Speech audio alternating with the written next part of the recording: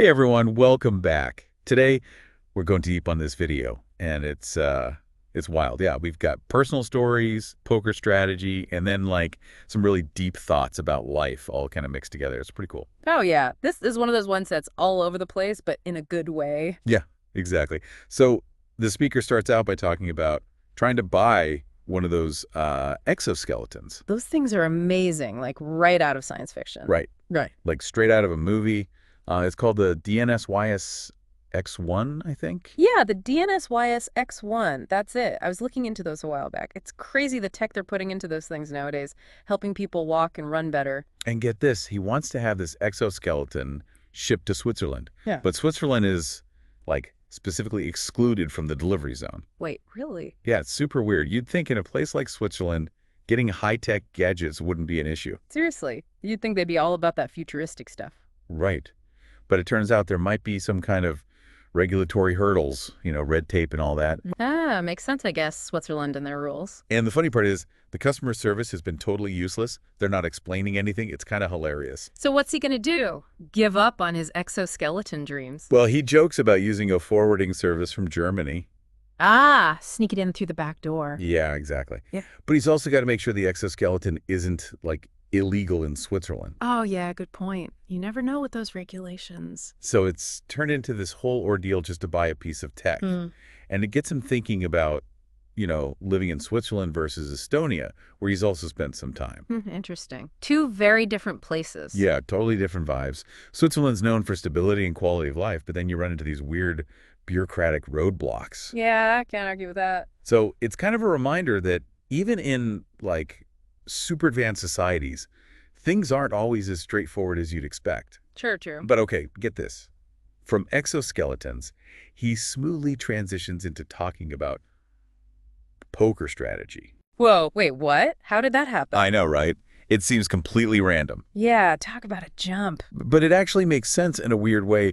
He's really into minimizing risks, especially in poker, like those all-in moments in heads-up game. What's up? Yeah, high pressure. Exactly. And he talks about how he prefers to like analyze pre-selected hands, kind of like a coach studying game film. So he's got a system, a strategy, and he sticks to it. Exactly. Planning ahead, minimizing those risks. Makes sense in poker. Makes sense with those exoskeleton regulations too, I guess. Yeah, I see the connection. So we've got the exoskeleton saga, we've got poker strategy, but where does the life reflection come in? Okay, so he tells this story about a friend who's constantly complaining about her husband. Oh, we've all been there. Right, like we all have that friend who just can't stop venting about their relationship. And he's listening to this, and it gets him thinking. Thinking about poker. Yeah, actually. He makes this really interesting parallel, just like in poker, where fixating on your opponent's mistakes won't improve your own game. Dwelling on your partner's flaws is totally unproductive. Ah, I see it. So instead of focusing on what you can't control, like your opponent's hand or, in this case, your husband's actions, focus on playing your own hand the best way you can. Exactly. And he tells his friend, accept, change, or leave the situation. Don't just stay stuck in a loop of complaining. So recognize you have choices. Mhm. It's about agency, right? Yeah. Taking control of your own happiness. Exactly. And, that ties right back into poker.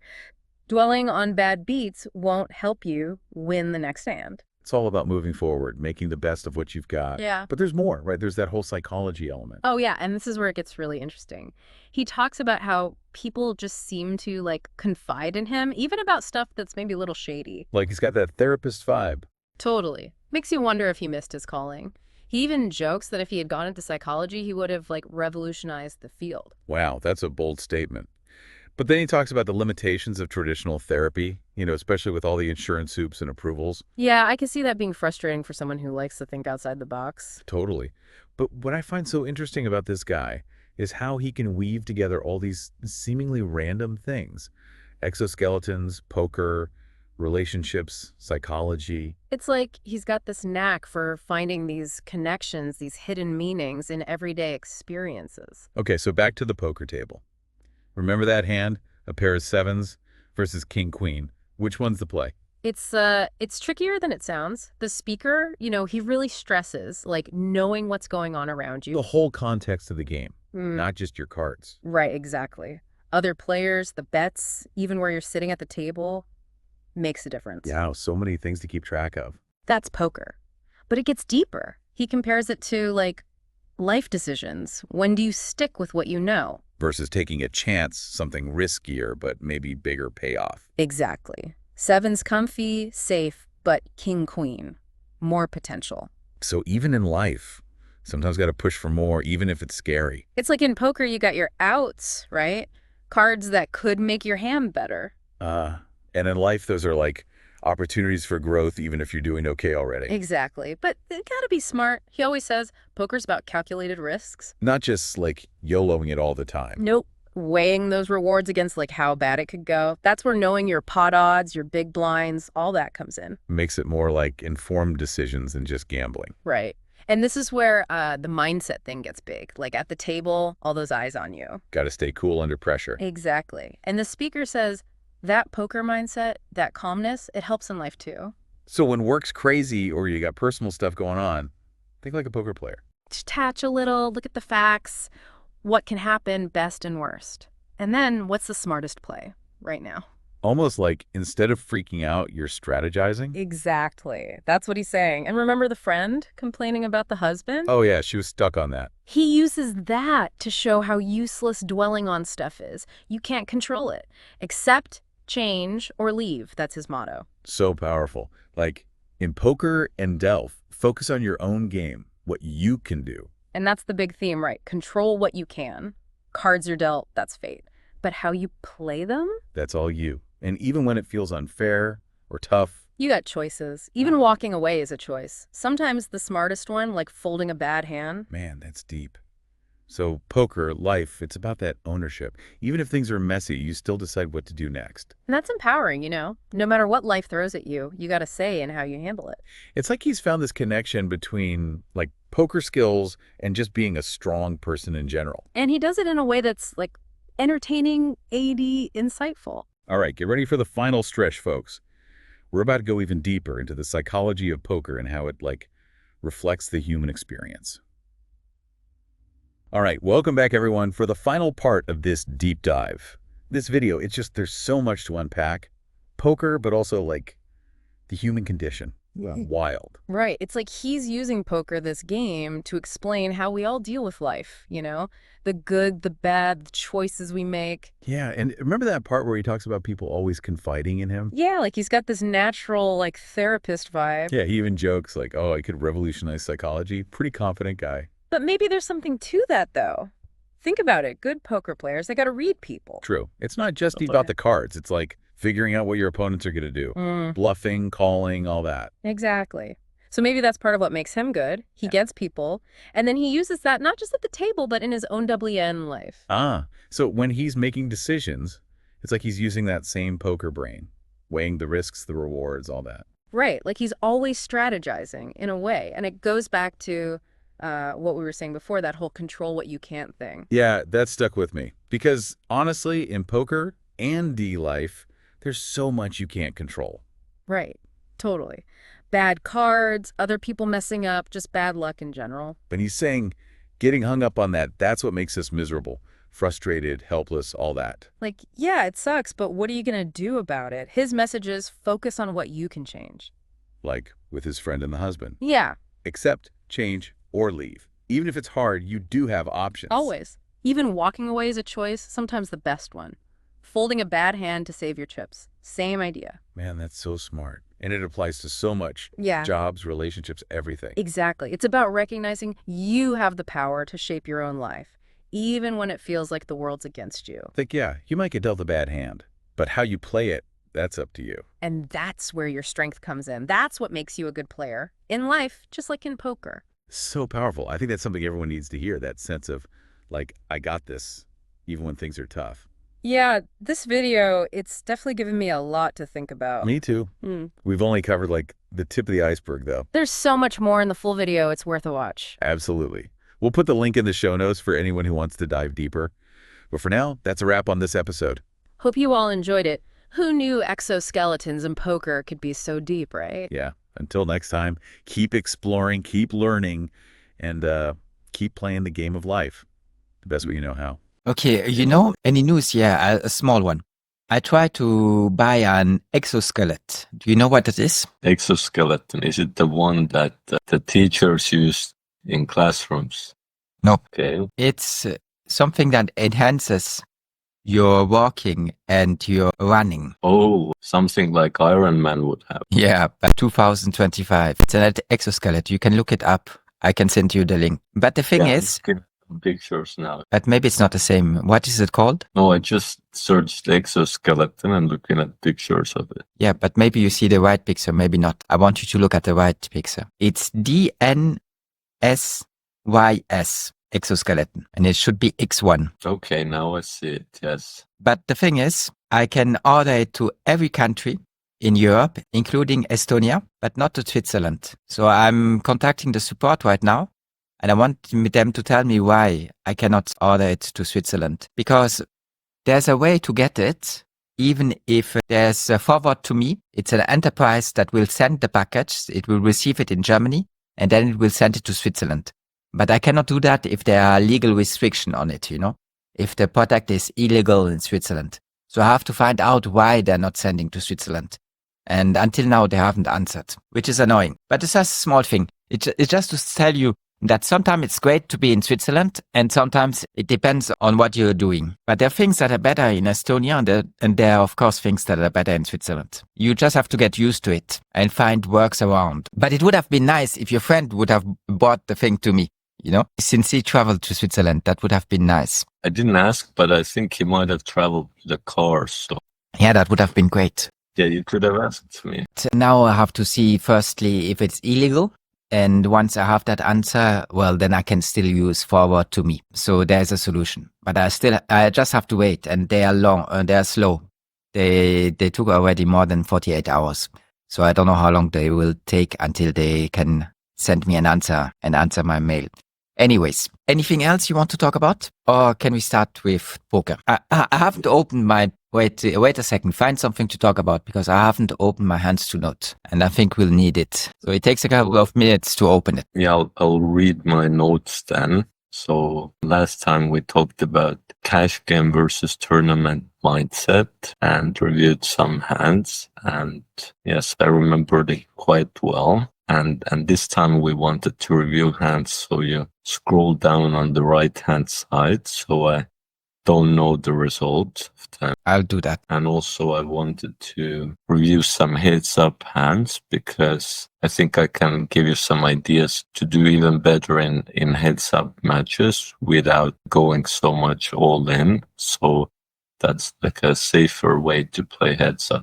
Okay, do you want to start with the heads up, or do we start with my hand reviews? Last time we started with my hand reviews and it took the whole hour. So what do we do today? Let's still start with your hand reviews, because I think it's important, these hands that you marked for reviews, because these were the hands you had selected out and were thinking about. So, and I'll find the time for heads up. If however long it takes, we can, if you're not too tired, we can do the heads up talk as well. Sounds great.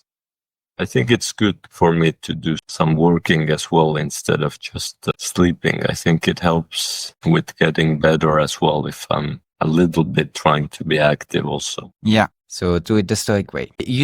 I had a discussion with my friend Marianne, and she was again complaining a lot about her husband. And I explained to her that it's not very smart to do that. And she looked at me and was quite astonished of my remark. And I said, look, it's like a poker game. When you are at a poker game, at a poker table, you should not talk always about all the stupid things everybody does and complain about all the stupid things the 7 other players do all day long.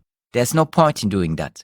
The only thing that matters is how you play your cards. Are you still there? Yes, I like that thought. Yes, that I think relationships are difficult, especially romantic ones, but they can also be the most rewarding and best things about life. But I think the secret is what you said, the same with relationships, that to focus on trying your best, playing your cards in a way, basically being as kind as you can be, and then hopefully there will be some nice surprises from other people as well. I think it's like that. So yeah, I wanted to tell her that she should focus on herself and her soul, which is the most precious thing. And she should not focus too much on all the small details about her husband, her children, her friends, and everybody she complains about. That makes no sense, you know? They will never change. Children, not her husband,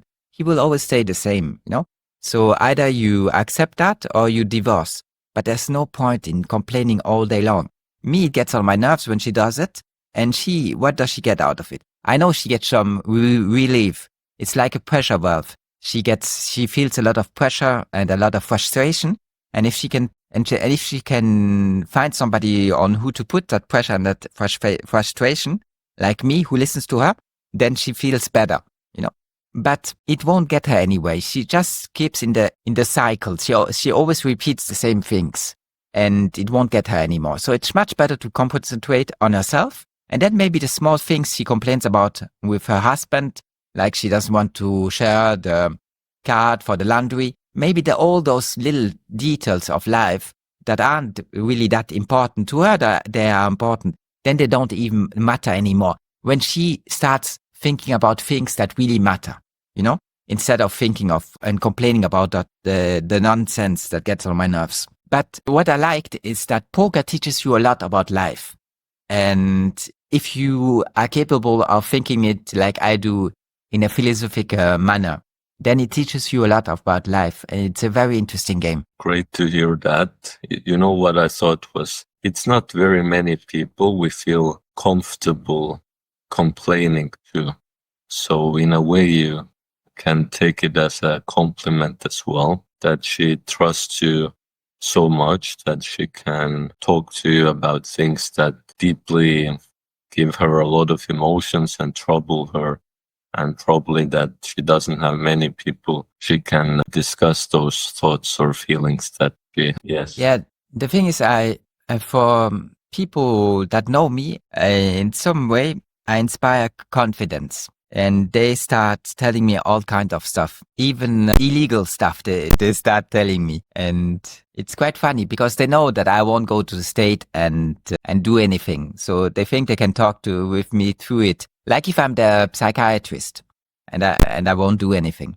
But, you know, it's a strange thing because you tell yourself, well, they tell me all that, but I'm not really, it teaches me something about life, but, you know, it's kind of strange when people tell you all kind of stuff. It's like if I start talking with you about stuff you're really not interested in, why would I do that, you know? I will try to think about talking with you to stuff that interests you. And if I notice that something is not captivating you or that you don't care about it, then I will change the subject, but I will not keep talking about something that you really don't want to hear about, you know?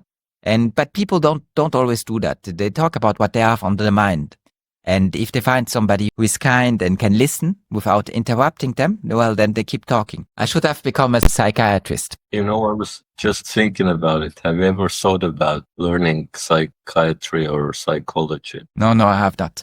But, well, the thing is, if I do that, I would totally revolutionize it. I would do it totally different. I would never follow what they teach, you know. I would learn that stuff and I would take out of it certain paragraphs, certain sentences, certain things that I find interesting. But I would do it all different. Psychotherapy with me would be very different than with anybody else. And if you do that, I think you want the insurance, even if you have the papers, but they won't pay for it. They won't pay if you don't do exactly what they teach you. So I don't. Anyways, let's look at that hand. Yeah. Just quick comment. I do think it's quite an important subject. And you don't know, there's been some great, Carl Jung, for example, comes to mind, was from Switzerland, if I'm not mistaken. Yeah, I think you're right. Okay. For this hand. So where did I mark this hand? Yes, I can imagine this. So, yeah, first I would have raised less than 3 big blinds. I would have gone 2.1 or 2.2. If I think 3 is a little much more than I'd risk initially. So now he's all in. You have ace king suited. You're getting 1.5 to 1 pot odds. So we need 40% chance to win to call this. And there's a good news. which is even if you lose this hand, you would have 8.4 big blinds left, which is not a lot, but it's still close to 10 big blinds. So, yes, I do think his all-in is quite strong, but I think this time I would go with this all-in and call it. But if you fold it and played it safe, then I think it's also okay. So a few reasons why I would call this is you will have 8.4 big blinds left. I really like that. And the second reason is that we're not close to the bubble. So there's still 7 players left. And so it's like there's some big stacks on the table, 70, 50, 50 big blinds. So it feels like that it is more necessary to find some chips to get to top 3 in this tournament because 3 players have such big stacks. So I think it's fine to go all in here, and hopefully he has a lower pair. Even if it's queens, it's fine. You're going to be close to 50-50. And the very best would be if he has also ace king, ace queen, or something like that. I would go with this. And he had ace 3 suited. Very nice news, and you won it. So what a nice hands to start with. So, but yeah, I like that you're thoughtful about these situations, right? That you don't take them easily. I think that's the most important thing from last lesson, that every all-in in a tournament should be really cautiously examined. And I think it's good you marked this for review. Okay, thank you. All right, we're immediately put into a difficult situation here as we raise big blind calls and they're betting into us. They're not betting big, which is good news, but the bad news is that our hand is quite made, which means that it's quite unlikely that we'll improve these 7s to anything, really. We don't have a draw to go along with. And do you know the chances of hitting another 7 by the turn or the river? I don't know the real chance, but I think it's really, really low. So it might be something like 2 times 4, maybe 8% chance. Yes, that is by the river, and 2 times 2 is by the turn, so half of that, which is 4%, you say? Yes, 4%. So, in many ways, I'd rather have king, queen here than 7s. So could you make sense of this, I guess, proposition or thought I have here that I'd rather call this bet with king, queen than 7s? Because king, queen has 6 outs. And both of the card can win because they are higher than the board. But 7s is here beaten by a jack and it's beaten by an 8. So it's not that good. It's not even middle pair. It's close to middle, but it's more close to middle to the low end. So it's not a great pair to win. The only way to win is if he has nothing and he's bluffing. But he will get 5 cards, 5 chances to make something. And that's, I understand that 6 outs with them you can win is better than have 2 outs. It's 3 times a better card.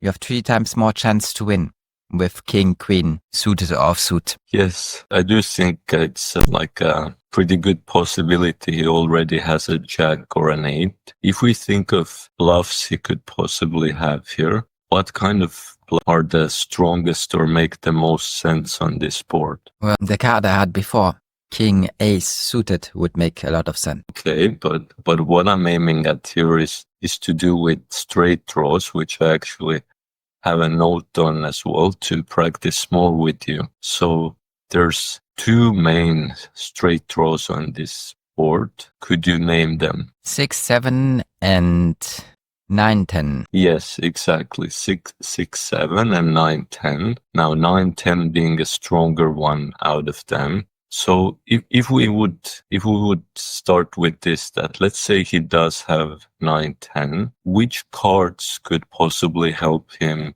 make a stronger hand than our 7s? 9, 10. So a 7? No, a straight. Is a straight more than 3 of a kind? Yes, it is. A straight beats a 3 of the kind. I'm correct on that. You are, yes, that if he has 9, 10, suddenly a 7 wouldn't help us.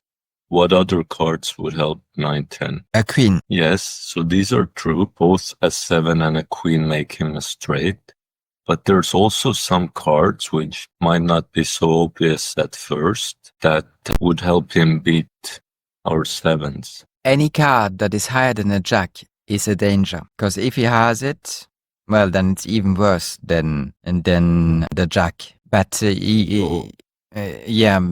I don't know if that makes any sense, but a higher card is not good. The only harmless cards are like a 2 or a 3, but even then there's a risk that he makes a straight. Yes, but immediately he can, I agree with what you said, that every higher card will be scary, but immediately he can also win with just making a pair as well if he has 9, 10. So how could he make a pair? With a 10 or a 9. Exactly.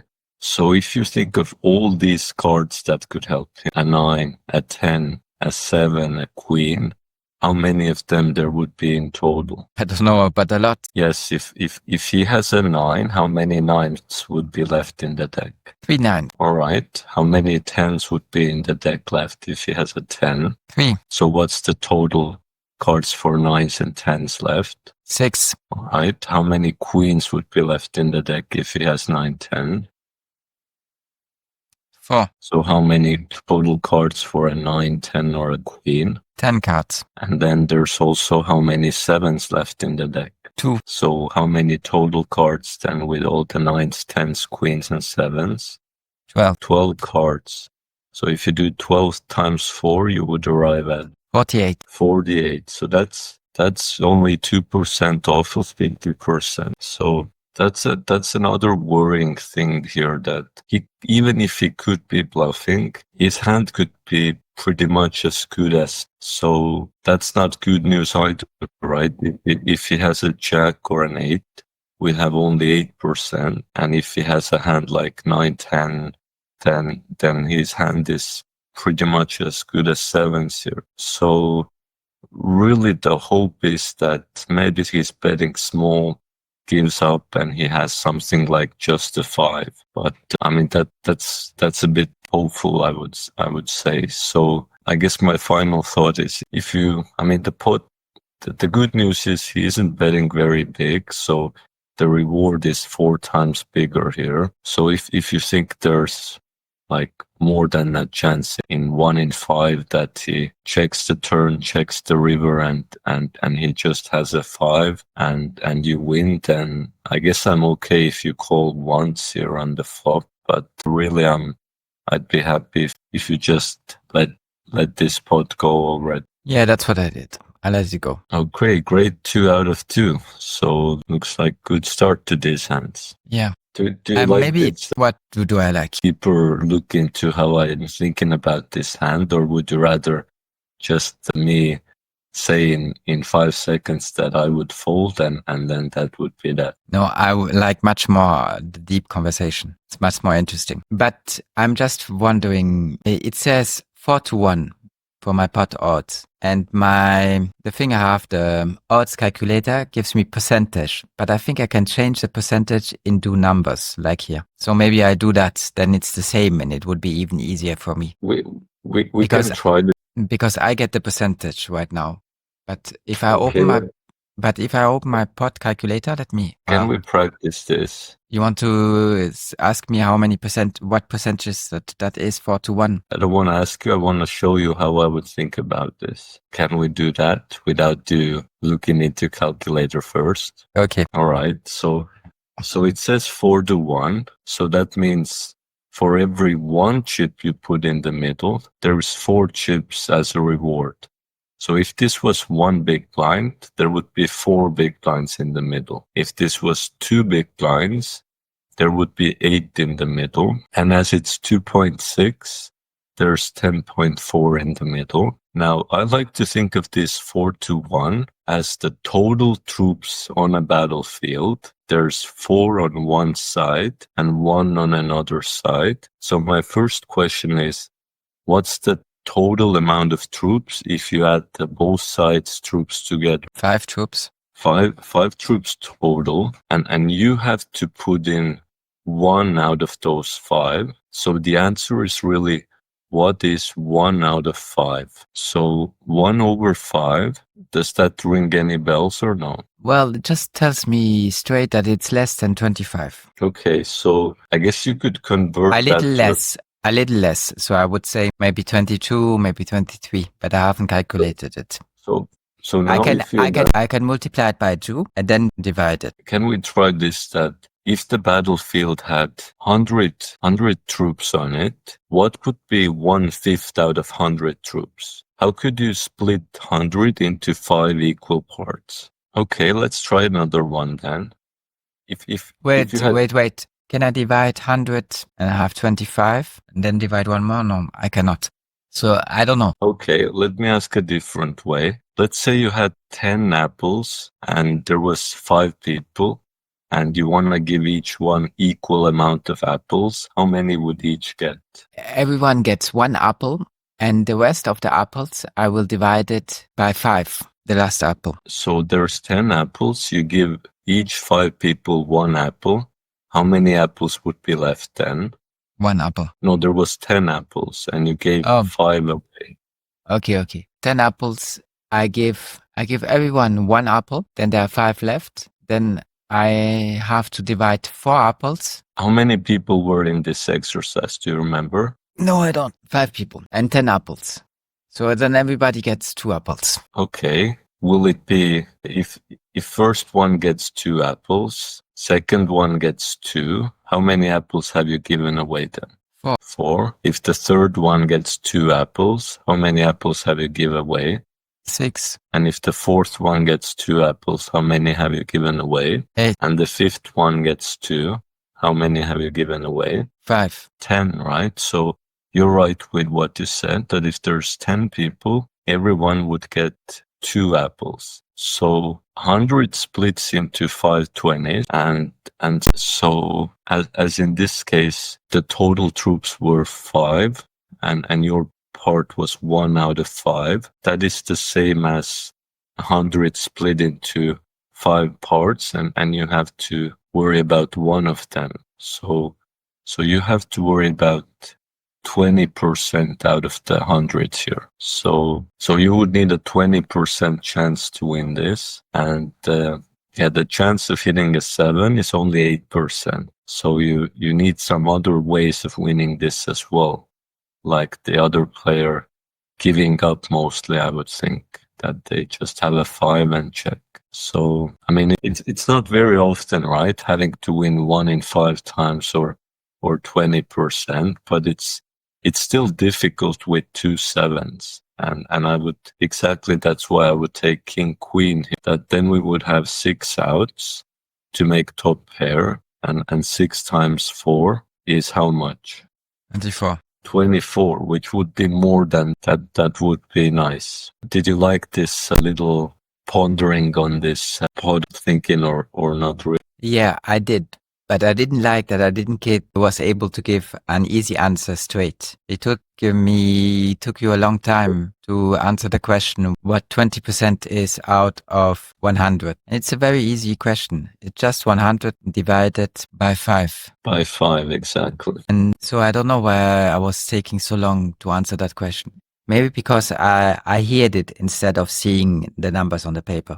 But it was strange to me. Anyways, thank you for your patience and going through with that with me. You know, there's sometimes, I remember from school, I went in front of the class and teacher asked something and suddenly it was difficult to remember anything, even anything. So sometimes it's like I also have this in lessons sometimes, that right when the lesson finishes or I move on to a next topic, then thought starts flowing again, and it's easier to get through some hurdles I might have had. So it's fine. You'll get better at it with practice. Yeah, thank you. You're the best teacher in the world. You're the best teacher. But in the future, I think all teachers will be artificial intelligence, private tutors. I think artificial intelligence one day will be close to what you can do. Maybe I'm not sure that he has that much experience, human experience about the poker game, but all the mathematical thing and all the stuff he can teach. You know, I have a friend who is taking some very expensive lessons now. He wants to do L'École Italie. Do you know what that is? Or do you understand? Right. Yeah, it's a school. But what was the first word? Hotel sounds a little bit like hotel. But I don't know. Yeah. So it's abbreviated HEL, and it stands for the school in Lausanne. Well, anyways, he wants to do that school, and in Switzerland it's very expensive. It's 15K a year, and it's at least 4 years. If he doubles, then it's even more. Then he has to pay for 1 more extra years, and then he gets a diploma. And it will cost him 60K. And if he does 1 more year, then it will cost him, 15K more. So 60, so 75K. So it's a lot of money, you know? The thing is just where I'm talking, the subject is like economics, some kind of economics. So it's like economics at university, but I don't think you need a degree to enter university to do it. And people, then they do something like opening a restaurant or something like that. Anyways, I don't know it exactly what they do and how they make money one day to get the money back they invested, but it's very expensive. To me, it makes very little sense to spend to spend 60 or 75K on a diploma. Even if you get the diploma, I mean, he's smart, so there's a good chance he gets the diploma. But what's the point? What do you want to do? That's what I'm asking him. And he can't answer that question. He says, I want to do something like Elon Musk. But that's a dream. I mean, are you serious? Do you think anyone who ever made HEL did anything close to Elon Musk? Nobody ever did. All the teachers don't work in the free market. So what are you going to learn from them? I just don't get it, you know? So I'm a little skeptical about putting 60 or 75Ks into something that gives you a nice diploma that is worthless. For me, it's worthless. So maybe he does something great with it, but for me, it would be worthless. If I had a diploma, I couldn't do anything with it. Nothing, zero, nada. So to me, it's strange. In the past, it was great because, you know, there was no unemployment in Switzerland. And with that diploma, you easily could open a shop or do something in the market. But nowadays, I'm not sure that you can do anything with it. You know, that's just me. He's still young. So I would much more like if he says, I will become a professional poker player. Because if he's smart and he plays 8 hours a day for the next 4 years, I'm sure he'll beat me in poker. And he might be very, very far already. So I like that much more as an outcome. It's just I don't see what that school will do. Anyways, the guy already has a diploma as a professional pianist. And he could easily make a living with that. But he doesn't want to. He wants to study something else. I think he just does it because, you know, his parents will pay for it, so he doesn't care about the 16K. I think one value in a school, other than learning the material there, is you're going to meet a lot of like-minded people that can be helpful, right? So basically, business connections. Yeah. But the thing is, to me, he can learn it easily on YouTube by buying a book, you know? That's basic stuff. Do you really need to spend 60K to eat something that you'll get much better and understand much better if you buy a book?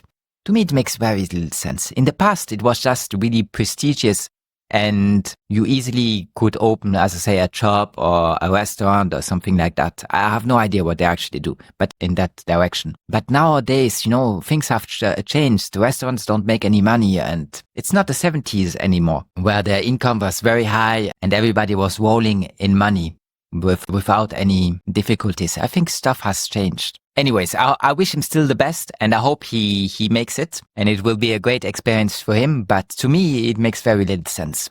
But maybe it's just because I didn't do it and I don't understand it, you know? It's like maybe I'm just talking, but the thing is I do something close to it by having economic lessons in university. So I did something close to it. So it's not like if I have no idea what the subjects are about. I get it a little, but just I don't get what you will do with that kind of knowledge. But anyways, he'll tell me. I hope we'll still be friends in 5 or 10 years, and then he'll tell me what he does with his diploma. I'm curious to know. Now, let's move on. Do you want to see one more hand, or do we start talking about heads up?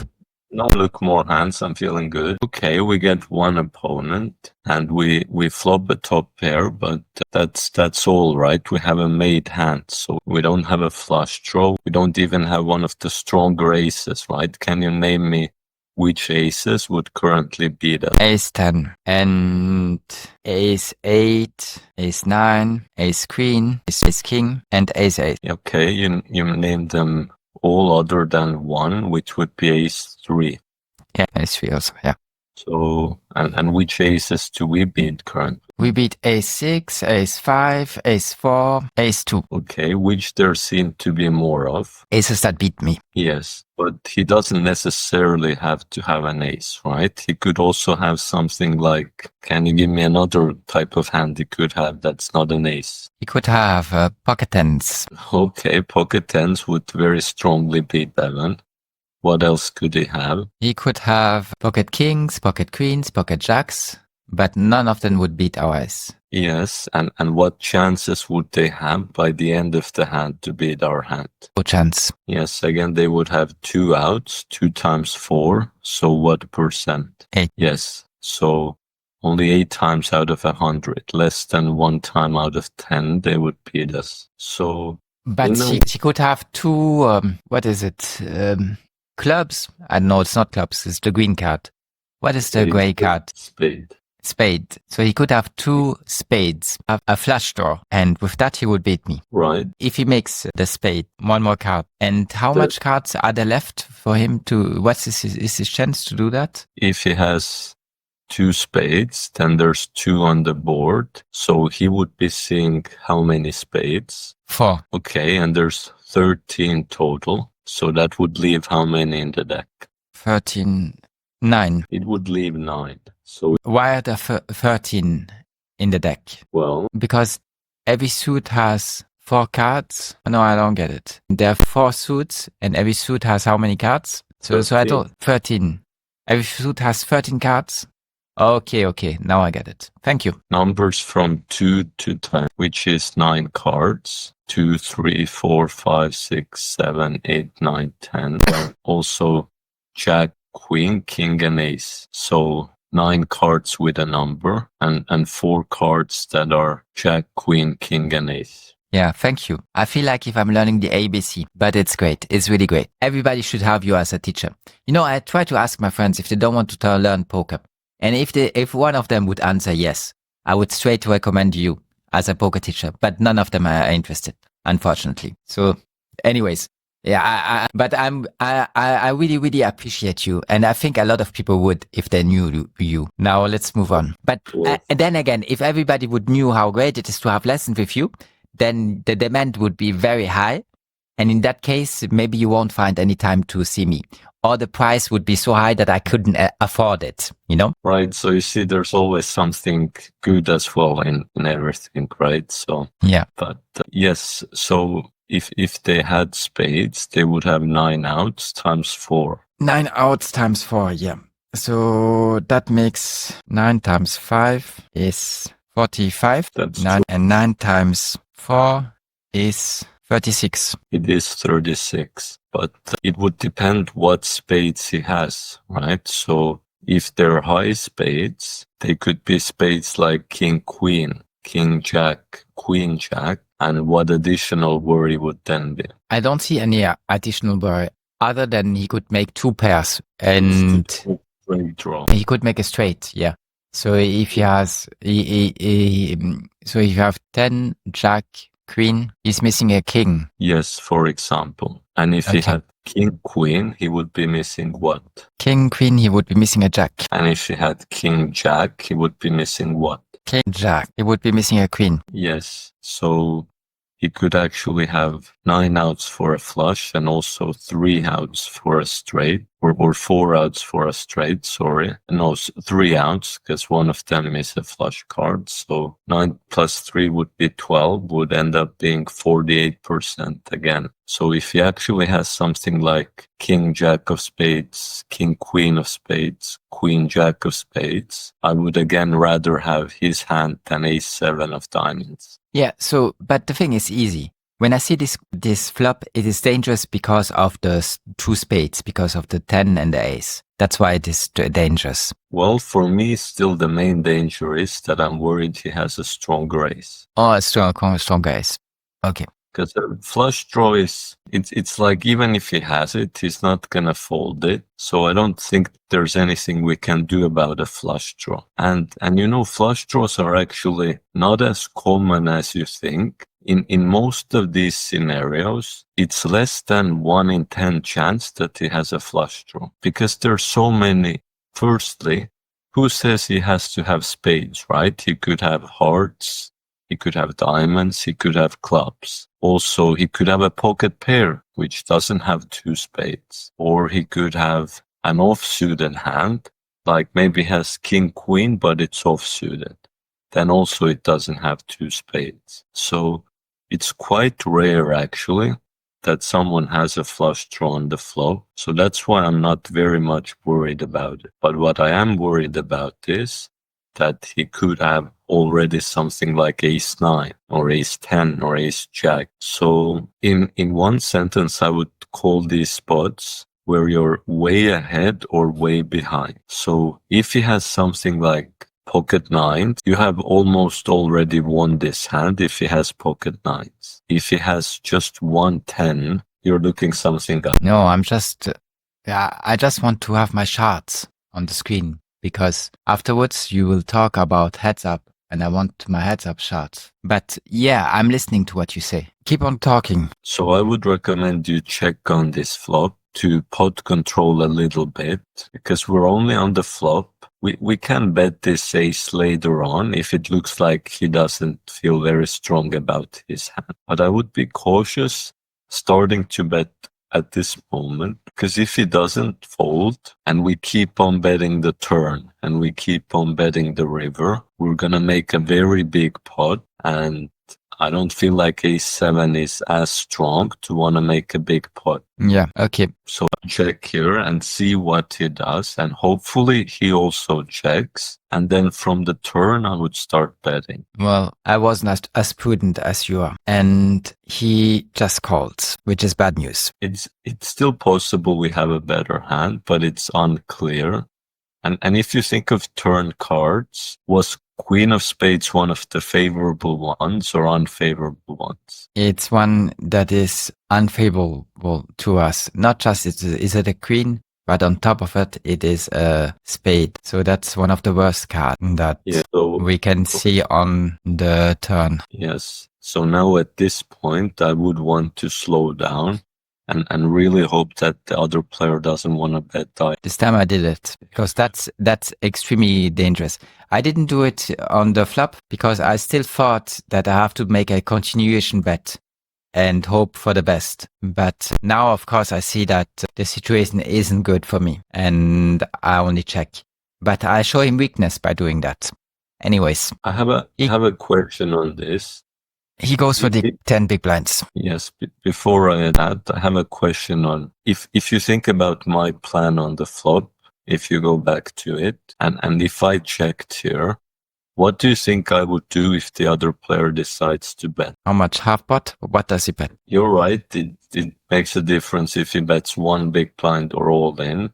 But let's say, yes, he bets something like half pot. What do you think I would do then? Well, if you're really prudent, you fold. If you think he could be bluffing and your ace might still be good, then you would call. But to me, it's hard to say. It's a question of out. We have very little to improve. We only improve with a 7. And how much 7s are left? 3 7s, 3 times 4 is 12%. So we have 12% chance of improving. And if he bets half pot, how much is that? Then we would need 25% to call that. So then you have to fold. Well, I still wouldn't fold because my point is even that if I'm not continuation betting, I would still feel that I'm gonna protect my top pair a little bit, and I would think it's possible he might bet a 10 or a weaker ace himself. Okay, So but in that case, I didn't do a mistake. I even like it more if I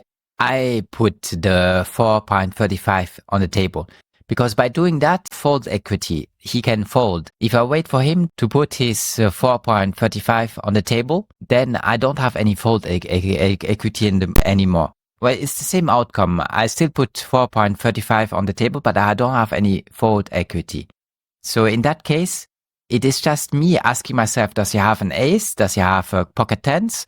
What does he have? Why is he betting half pot? And if I ask myself that and I take it serious, I put a lot of weight in what he does, and I don't think he is somebody who likes to bluff, well, then folding is not such a bad idea. But I wouldn't protect my ace. So I'm just thinking through it. I understand. You think he could be having 110 and betting a half pot with 110, which is totally possible. Yeah, okay. So you're right about if you bet, you have fold equity. But if you don't bet, and you also have something like bluffing equity, which means that the other player can read you not betting as being weak and try to win the pot. He might even have pocket sevens and be like, oh, Ottavio didn't bet on the flop. I'm gonna bet one time and see if I can win it. So sometimes if someone calls your bet, that can be a stronger hand than a hand they bet themselves. So that's what I like about the check calling on the flop, that I think he will bet himself weaker hands than the hands he calls a bet. Okay, thank you. All right. Anyway, on the turn, he goes for a big bet here. And now there's a lot of things that beat us. What's the strongest hand on this board? If he has a spade. Okay, which two would be the strongest spades? King Jack. Do you know how that hand would also be called? It has a special name in poker terminology if he had this. Flush straight. No, what is it called? Wild flush. Yeah, No. it would be called the royal flush, a 1 in a million hand, where someone has a straight from ace to 10 and also a flush the same time. So actually on this board, it's possible for someone to have the absolute strongest poker hand, a royal flush. Yeah, the nuts. And now I have to fold. Yes. He could also have many ways of having two pair. Can you name us some new two pairs that arrived with this queen? 10 queen. Yes, for example, 10 queen or ace queen. And also there's still the worry that we're still losing to a stronger ace, right? So even if he has just ace 9, we're still losing to that as well. So ace 7 at this point is quite a difficult scenario, and we're only on the turn, right? There's also a river, which won't bring us much solace either. So I would fold at this point my ace 7. Right. Okay, one more, or do we jump straight into heads up? We already did 1 hour. Yeah, we can do a bit more. I'm fine with a longer lesson today. Great, you're very generous, man. Okay, well, I'm a bit surprised, right? So I was a little surprised reaction here. So if I'm guessing what you're thinking is, then currently in first place and you're trying to avoid initial risk, right? You're very likely to make top 2 or top 3. And I agree with that you're in a very good situation in this. However, I feel like if you don't want to go all in here, you could at least call his raise. So I'm surprised that you didn't at least call his raise. Yeah, the thing is, to me, for him going 2 big blinds is close to he going all in. It's nearly the same. Sometimes they don't do the all-in just because they don't know that they have to do an all-in at the level where I play. So to me, it's just, do I want to risk, since he should have done probably his all-in, do I want to risk more than half of my stack with my king and a queen when he shows already a lot of strength and I'm close to the bubble when I'm on the bubble. So that's why I agree. Here's my point on this. How much chips would it cost to call his race? How much would it cost to call his race? It would cost me 1.5. If it went wrong and you lost that, how many big blinds would you have left? 11.7. 1.5. So if it was 11. 11.2, yeah. Sorry. 11.2, yeah. So here's my plan. Let's call this, and if we hit a king or queen on the flop, then we go all in with him. But if we don't hit a king or a queen on the flop, then we fold and just carry on with 11.2. Now, do you know how often we will hit a king or a queen on the flop roughly? 3%? Yes, very close to 1/3 of the time. So if you think about it this way, that 2 times you would lose this 1.5 big blinds, what would be the combined loss of that? It would be 3 big blinds. Okay, and then 3rd time, you're gonna hit a king or a queen. And how big would the possible reward be if you look at how big the pot already is and how many big blinds he has? Well, but if a king comes and I bet and he folds. Oh, I wouldn't bet. I would let him bet. He will want to continuation bet probably. Yeah, but you see, if he continuation bets, man, why should I not think he has pocket aces? He has only 6 big blinds left. The continuation bet should cost him at least 2 big blinds. So can he afford to do that kind of game when he has only 6 big blinds left? I don't even think he can afford to put 2 big blinds on the table. I think he's in a situation where he should go all in or leave it. So to me, that's strange. Well, anyways. Okay, so you let him bet on the flop and see what happens. Yeah, good. Yes, so that would be my plan, to call this and hit a king or a queen on the flop. Can you play this hand until the end? Did they play it out with big blind? Can we see what happened after it folded? Okay, so it would have been a 1 with a queen, where I would have been fine if he bets 1 big blind to go all in here. But let's see how it played out until the end. Okay, and then they folded the turn. So seeing that he folded the turn, looks like he didn't actually have aces or kings this time, right? So I know that even though it's the bubble, even though he has just 8 big blinds to start the hand, this player probably was still playing quite loosely and aggressively. Yeah, but the situation was worse than what I actually thought, because I already was scared about the 2 big blinds on the bubble, but the other guy, player 2, called his 2 big blinds. So so the chances of him calling, even if there are 2 players, he should of course call less when there are already 2 players in the game, player 5 and me. Then he should already change his mind.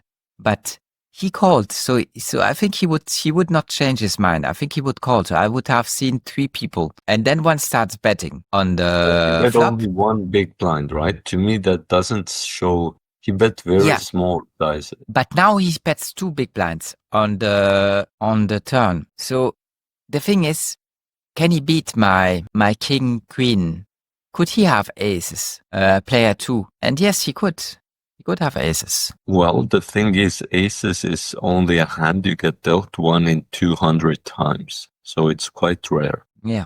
So this time you don't like that I was prudent. You always want me to be prudent, and now that I am, you say it's not good. I'm not very unhappy either, right? I'm just saying this hand I would have risked 1.5 big blind pre-flop and would have been happy with the queen on the board. Yeah, but player 2 better doesn't have pocket kings or pocket aces, because if we do, then we are out of the game and on position 4, which you don't like. That is true. So there would be some risk with that, but he didn't play it like he had those hands. He didn't re-raise pre-flop, and he also bet quite small post-flop. Yeah, and I said I made a mistake. We would still have some big blinds left. Okay, great. Do we go now to heads up? Can you just show how many more hands you had marked for review? Or was this the last one? So if you go with the arrows like next, next, next, how many next hands there would be? Yeah, I'm looking if I can see how many hands I added during the last 4 days. Okay, last 19 days. So ace-9 would be the last one. Now we have what? King. This was king, queen offsuit. So there are 1, 2, 3, 4, 5 hands left. But we don't have to do all of them since last week. We can also look some of these next time. So yes, I think it's now a decent time to look at heads up hands. Okay, so yeah, for that, screen share your main page of hand to know. King Queen offsuit was last hand we saw. Let me just take off the hands we reviewed so they don't show up next time. Yes, that's fine. Just takes a second. Okay, now they are gone. And now I will look at my screen share. Okay. So I'm not sharing any screen right now. And now I'm sharing hands to note. All right, And click the second button there and then click the, yes, stay there, stay that page. Can you go back to the page you were just on, second in the main menu, and then click, no, yes, that is the one. Yes, no, don't.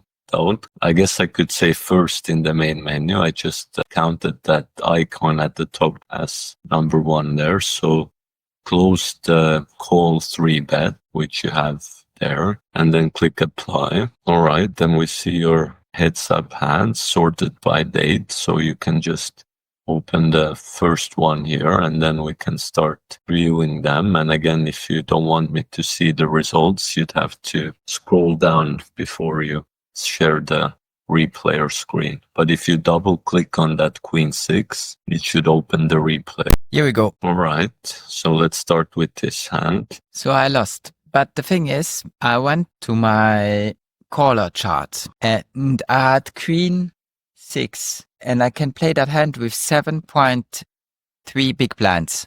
And I only had 6.91.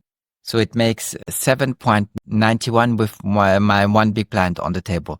But in both cases, it is below the 7.3 of my caller chart.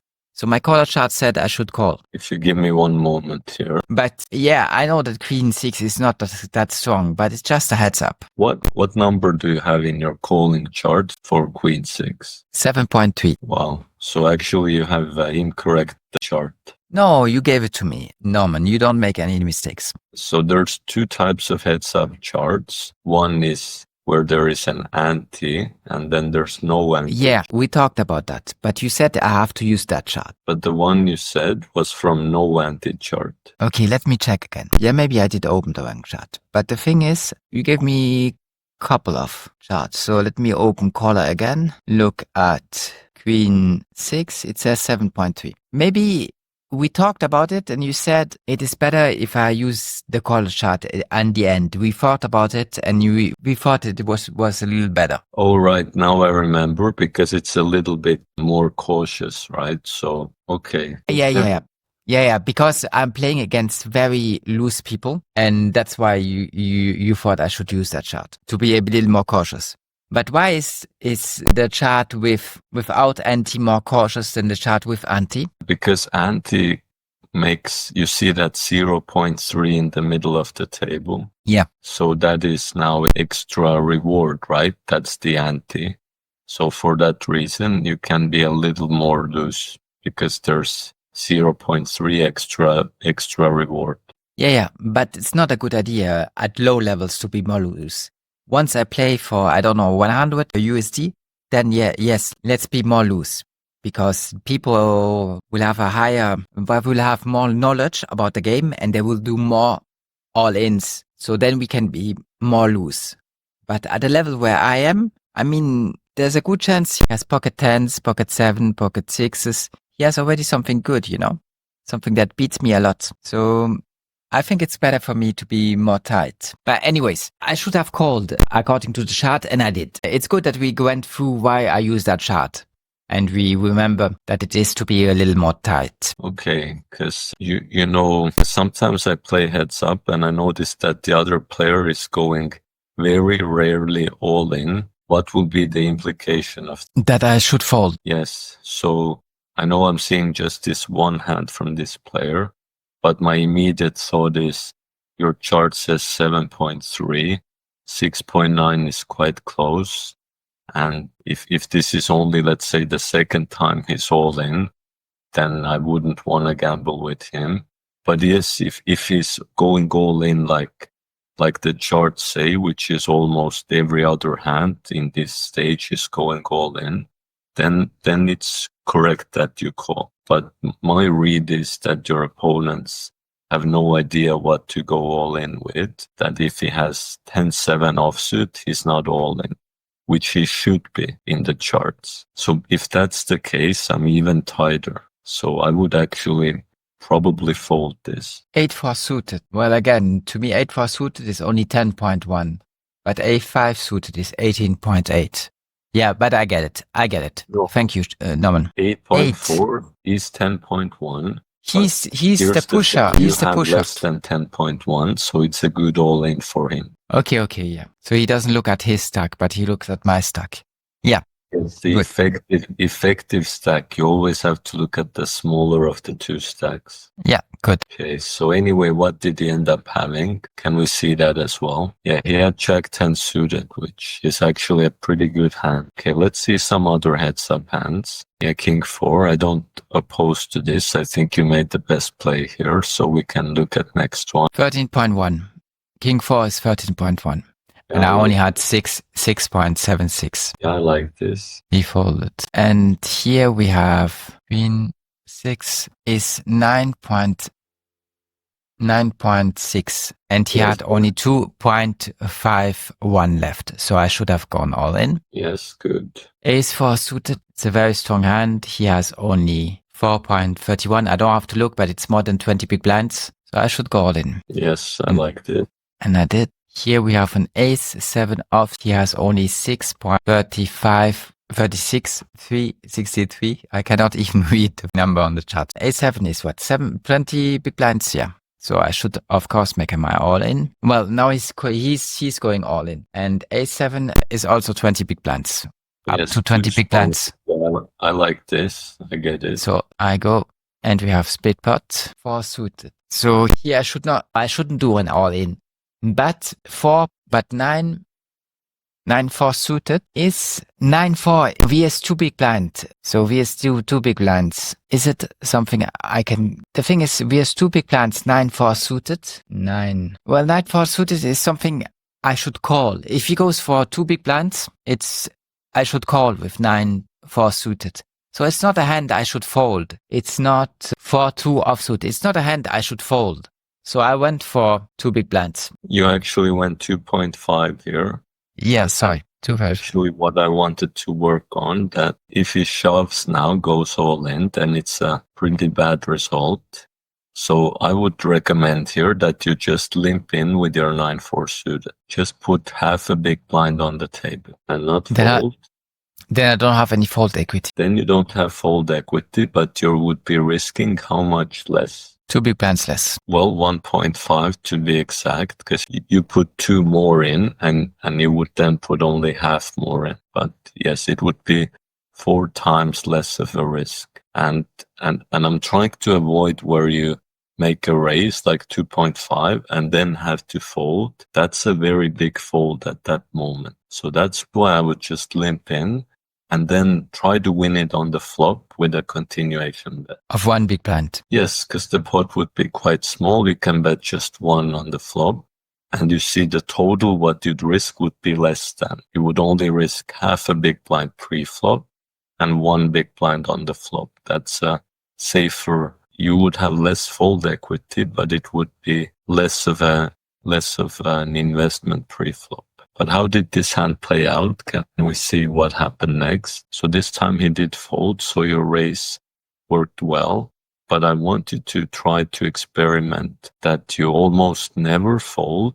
And even if you have a very bad hand, you try to limp in. Because limping in is just a half a big blind. And if you go to the start of this hand... But it's half a big blind plus 1 big blind on the flop. It's close to 2 big blinds. But the pot size right now, it's 1.8. That's why I wanted to take that risk. That the reward is I don't want you to give up that 1.8, even if you have a bad hand, even if you had your 4-5 offsuit, even possibly with 7-2 offsuit, even possibly with 7-2 offsuit, I would try to limp in. 7-2 offsuit. No, I wouldn't play 7-2 offsuit. But I wouldn't even play 8-4 offsuit. I would try to risk it because you'd only risk initially half of it. Yeah, but now you're telling me that I should play every hand. Yes, I am. Norman, I have very loose people in front of me. Is that a good idea? I'm sorry for asking like this. I know that you know that. For me, I have the charts that say VS to be blind race. And both these charts don't tell me not to play 9-4 offsuit. For me, playing all my hands, well, that's expensive. And yes, he will fold a lot of hands, but every time he calls, I'm beat. And my continuation bet, well, that's expensive too, you know? Once you are low stacked, why not just give up the 0.5 big blinds and wait for a better hand? You don't always have to continuation bet either. If you would, you can check the flop. What are you typing on your computer? Yeah, there were connection issues. I was trying to say that you don't always have to continuation bet the flop. You can also just limp in. And if you really don't like the flop, you can check and see the turn. So, but the point is, if you have 7-2 off, if you fold, how many big blinds does the other player win? 1.8. He will win 1.8. And he will win it with every hand he has, right? Yeah. Now, do you know what the winning chances 7-2 off has against the random hand? Very bad. I don't know, but it's the worst hand. 1/3 of the time, actually. 1/3 of the time I win with 7-2. Against the random hand, yes. To me, that's hard to believe. I understand it with King, Jack, offsuit, but I do not get it with 9-2 offsuit. I can prove it if you let me screen share. Yeah, sure. So can you stop your screen share for a moment? You cannot just take over. I have to stop. Okay. But sometimes the overlay is then difficult that it shows like both things in the... You turned your camera off, but that's because you have internet issues, I guess. My internet's been much better recently, but today it's not as good as it's been. So sometimes I have to reset my router. Yes, my Wi-Fi. Could be. So I hate it when the internet doesn't work well. And the thing is, in my building there are a lot of Wi-Fis, and they all impede on each other, so they make the connection less stable because there are too many different Wi-Fis. But anyways, yes. Okay, let's start with some individual examples. Give me an example hand. Anything that you're curious about. King, Jack, offsuit. Okay, yeah, you're right. 30% chance. Okay, now let me give the other player. I'll give him a random hand. I'm including even aces here, right? So I'm giving him literally anything he could have. And now if I click simulate, you see it stays very simple. Yeah. Now put pocket aces. I want to see it with pocket aces. Okay, so I'll remove this and give him aces. Now it's not so good, but you see the chances of someone having aces. You see this percent. 0.5%. 0.5. That's 1 in 200. Let's add Okay. still less than 1% that they have aces or kings. Okay, But yeah, against great. the random hand, it's close to 1/3 of the time. So that's why I agree with you that maybe you don't always want to bet the flop, right? Maybe flop comes 10-8. What could it be? 10-8, queen, and maybe it's also all diamonds, and your 7-2 completely misses, and you think he's a loose player. He won't fold to one big blind. It's okay to give up on the flop sometimes, but at least try to see the flop heads up. That's the point I'm making. Norman, you know, when they play heads up, they don't play every hand, my opponents. So you feel it's valuable for you to raise, right? No. So I feel if they can afford the luxury of folding, why can I not just fold a couple of hands? Not all the hands. It's already hard for me to play 6-4 suited, and I should play that hand. But that's already hard for me. But you want me to play every hand. So it's just a hard thing to ask of me. You don't realize how hard it is to do that. But the only thing I'm saying is those very weakest hands, I'm not even asking you to raise them. I'm just asking you half a big blind with them. Okay, I get it. But it's just I don't see myself winning with any of those crappy hands. Every time the only way of winning the strategy is I have 7-3 offsuit. Okay? I do what you say. I go for my 0.5 and I see the flop. Now my only way of winning with my 7-3 offsuit is putting one more big blind on the table and hoping he'll fold. That's the only strategy I have, because probably there's not a 7 and not a 3 on the flop. So my only strategy of winning that is to put one big blind to bluff with one big blind. Now that might work a lot of times, but maybe not, because they like to play their loose. I don't know. Okay, let me visualize this in this tool. So I can give random hands and random boards to people. So I give you a random hand. Look at our luck. I clicked random hand and look what we got. 7-2 off. Yes. Yeah. And we were talking a lot about 7-2. Now let me give the opponent let's say you limp in. Let's say the opponent also has a random hand. Okay. This time they have king, queen. So what would probably happen is they would now raise or go all in, and you'd have to fold, and you'd lose half a big blind, right? Yeah. But if they didn't raise, you saw the board, then you would still lose because they would make their king. So first trial didn't go very well. Let's try another time. Give you a random hand. Okay, Jack 7 off, which possibly would fold nowadays. Let's give the other guy. I don't fold Jack 7 off. Okay. Jack 7 off is good. I just fold very crappy hands. Okay. So this one you have to jump. I won't. But let's say now you have an opponent who keeps calling your raise of 2.5. Sometimes can happen, yes? Yeah, but that I don't mind. That's something I'll negotiate on the flop. But I'm offering a different outcome where now maybe we don't raise and just limp in Jack 7, give him a random hand.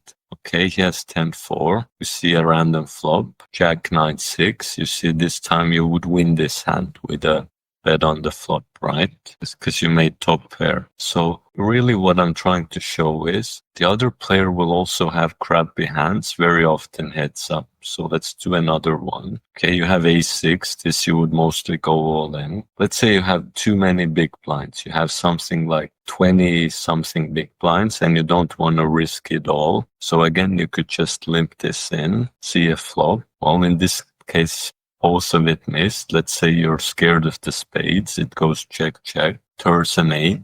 Again goes check, check. And reverse a jack. You see, you would win this in the end against king 3. If you allow me to do 2 more examples here, let's give you another random hand. Another ace. Well, these ones are good for all in. But you see a random hand, not very good, king 3. Again, let's say you didn't want to risk too much and you limped in. Again, this flop would go well for you and you'd win it. Now I want to try it with some crappy hands. Okay, 9-3, that's a crappy. You would fold 9-3, I'm sure. But let's say this I fold 9-3. Yeah, let's say this time you limp in. You see the other guy has Jack 4 suited. They might also just check and be like, okay, let's see the flop. And you see your winning chance is a little more than a third against their Jack 4 suited, which is a nice looking hand. If we see a flop here, you see on this flop, actually you would beat Jack 4. So obviously this is random and sometimes it won't go your way, but I'm trying to show that, well, they would have hit a jack by the end, but maybe you would, if you don't want to bet the flop, maybe you're betting the turn if they've checked twice, and then you could win the pot without seeing the river. So really what I'm trying to display is that even these crappy hands have a pretty good chance. And for example, 2 crappy hands, right? You have 10-8 off, or maybe I can make it even more crappy here. Let's say 5-8 off. If you fold, this guy will win with Jack 4 off. But if you look at the percentages, you have a pretty good chance against his Jack 4 off. And if you see a flop, well, on this flop, it's actually 50-50. So I guess it depends on the flop. Let's see another flop here. So this flop, you would have nothing, but he would also have nothing. So one big blind could possibly win this pot on the flop. Or if I give another flop where actually your 5-8, it's a better pair than his Jack-4. Even if flop goes check-check, you see another card and another, and you check it down on the river. You don't do one more bet. You just put in half a big blind pre-flop, and you win this pot of 1.8 big blinds with your 5-8 against this Jack-4. With just this low pair. So I don't want it to do crazy risks with small hands. You don't even always have to bet the flop, but it's even if you just check it down until the river, you give yourself a chance that it could go your way and you could beat the other player's crappy hand as well. So when I get 10-3 offsuit, a hand I would normally fold. Now what I do is I put 0.5 big blinds on the table, and then I check. And if I'm lucky, I see the river and I win. But if he bets on the flop or the river, I fold. So you think that makes sense? I think it makes sense because... And you think if I do that 10,000 times, I will make more money than I lose? I do think so, because the other player also has crappy hands often. And the reward is 1.8, risk is 0.5. So reward is more than 3 times the risk. Okay. But now let's say I have 9-6 offsuit. Now I don't just call. With 9-6, that's stronger. Now I go for 2 big blinds. This time I don't put 0.5. This time with 9-6 offsuit, I do my 2 big blinds. If you want to, but I would be happy to put in 0.5 as well. You know, the more flops you're able to play against the opponent, the more you should be able to show your skill over the opponent. All-ins are luck-based a lot of the time. There is skill and charts to all-in, but really you should show your experience by knowing how to navigate better these flops and turns than your opponents. So that's what I think it's a good practice for you as well. Yeah, but the thing is, I'm scared that my opponent picks up on my game, that he realizes when I go for 0.5 big blinds, I have a crappy hand. And when I have a crappy hand, I won't bet on the flop, the turn, and the river. And if he bets anything, I fold. I'm scared that he picks up on it and that he will exploit that kind of play. By just bluffing, by just betting. Yeah, but he sees the flop and he says, okay, let's put 1 big blind on the table, and I fold every time when I go for 0.5 big blinds. So he will. I'm scared that he will exploit that. Well, the thing is, my thinking in that I think you didn't hear, but I said it. My thinking is that they fold a lot when they play heads up, and they don't do all the all-ins they should do. So since they fold a lot, me going for 2 big blinds when I have good hands makes them fold, and I win the pot. And also, when I do my pusher chart or my caller chart, I have a good chance of winning. So that goes good. And since they fold a lot, why can I not offer myself the luxury to fold my really crap hands instead of going for 0.5 big blinds? So you tell me that it's just, if I do it long enough, I'll make money by using the strategy of 0.5. And then on the flop, my checking, and seeing on the river if I win. You think that will be profitable? I'm scared that they exploit it. But if you say, okay, it is profitable, yeah, then I have to do it. I want you to try it out and see what your experience is. What's the worst that can happen? That you lose a little more often, half a big blind. That's the disadvantage. The advantage is you will win more pots than you're used to. Okay, I do it with 9-3 offsuit, but now I see a flop and I make a 9. So I quite like that. So I go for 1 big blind. But there's also a 10 and a king, and he calls. Then on the turn, he bets 2 big blinds. I have to fold. No? So then don't bet the flop, just check your 9 on it. Okay, I'm sorry, Norman, but you ask a lot of me. You asked me to change a behavior that I have for a long time and that I thought was not too bad. And I thought I could afford that behavior. since none of my opponent play all the card. If I play all the card, what will I tell my opponents? I will tell them that I'm an extremely loose player, that I never fold. So why would they not try to exploit that? Well, you will see, but yeah, I guess you have to try that. They fold a lot, so why can I not fold a little? It seems unjust, you know? You ask for me to never fold when I have in front of me people who fold a lot all the time. So if they fold that much and they don't know anything about the push or the caller chart, why can I not just fold a little? It just seems unjust, you know? Do you want to play? It's like if you have to work up a hill without my exoskeleton, because my exoskeleton will help me to work up a hill. And everybody has in his workpack just 1 kilogram. And you put 10 kilogram in my workpack and say, okay, everybody has one kilogram, but you do the same thing with 10 kilogram. You feel also that it's not a fair situation if you have to make much more effort. And here you ask me to play every crappy hand, which I don't like. But you think it's profitable. So yeah, I will try, since you are my poker teacher, and I have to ask. Just know that it's a hard thing to ask. Do you want it will take me some time to feel comfortable doing it. But I'll try. Okay? Okay. Do you want to play like your opponents, or do you want to play like your coach? I want to play like you, Norman. So I played heads-up poker for thousands of dollars in one hand. So I think I know a little more than your opponents about this. Yeah.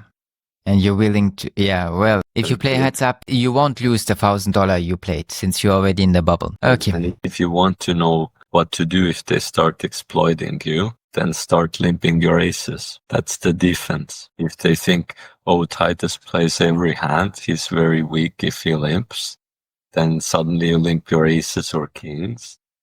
And yeah, then they go but the thing is, with my game style, and I go for 2 big blind, they didn't know if I had really bad hands, you know.